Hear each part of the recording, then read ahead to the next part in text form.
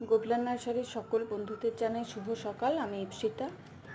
আজ আপনাদের সাথে আমার বাগানে ফোটা এই হোয়াইট পিওনি পদ্মটির পরিচয় করিয়ে দেবো। এটা আমি বড় জায়গাতেও লাগিয়েছি, ছোট জায়গাতেও লাগানো আছে। তো সমানভাবে বড় জায়গা এবং ছোট জায়গা দুটোতেই ফুল দেয়।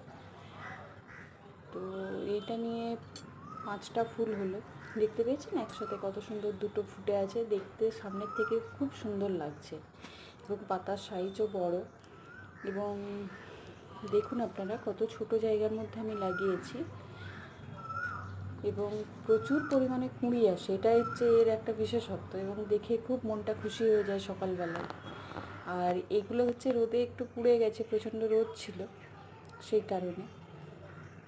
তো বন্ধুরা, আজ এই পর্যন্তই। আপনারা সকলে খুব ভালো থাকুন, সুস্থ থাকুন।